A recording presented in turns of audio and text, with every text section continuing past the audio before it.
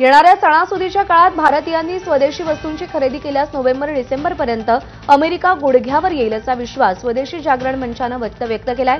नागपूरमध्ये स्वदेशी जागरण मंचाच्या पुढाकारानं देशभरातील व्यापारी संघटनांची 2 दिवसीय मंथन बैठक सुरू आहे। या बैठकीमध्ये अमेरिकेच्या प्रचंड टॅरिफनंतर जागतिक बाजारपेठेत आणि व्यापार विश्वात होत असलेल्या उलथापालथीसंदर्भात चर्चा करण्यात आली।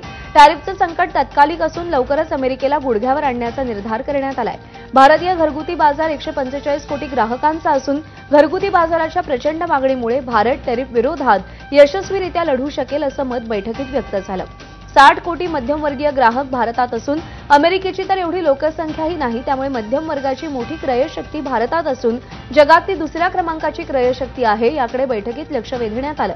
सवयीतून देशी, आवश्यकतेतून स्वदेशी आणि फक्त मजबुरीमध्येच विदेशी या नीतीचा अवलंब आम्हाला करावा लागणार असल्याचं बैठकीमध्ये नमूद करण्यात आलंय।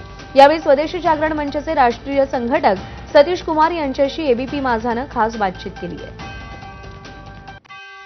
आपल्या सोबत स्वदेशी जागरण मंच के राष्ट्रीय सहसंघटक सतीश कुमार जी हैं। पहले कह रहे थे भारत डेड इकोनॉमी है, अब कहते हैं वी आर ग्रेट इकोनॉमीज। तो अपनी बात आप ही बदल रहे हैं, हम अपनी जगह पर खड़े हैं। उन्होंने घोषणाएं की, उसमें लूज लूज दोनों तरफ था। भारत भी लूज में जा रहा था, वो भी लूज में जा रहे थे। अब उन्होंने एहसास कर लिया है, इसलिए टोन काफी बदली है।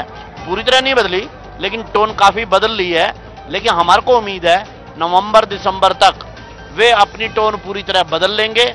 विन विन के समझौते पर जब तक वो नहीं आते तब तक भारत किसी प्रकार का समझौता नहीं करेगा। हमारी लोकल मार्केट स्ट्रांग है, 145 करोड़ की लोकल मार्केट दुनिया की सबसे बड़ी मार्केट है। हम देशी और स्वदेशी से इसमें से पार पा जाएंगे, उनको ही नीचे आना पड़ेगा। भारतीय नागरिक अमेरिकेला नोव्हेंबरपर्यंत वठणीवर आणू शकते असा विश्वास जो आहे तो स्वदेशी जागरण मंचाला आहे। कॅमेरामॅन अतुल हिरडेसह रजत वशिष्ठ, एबीपी माझा, नागपूर।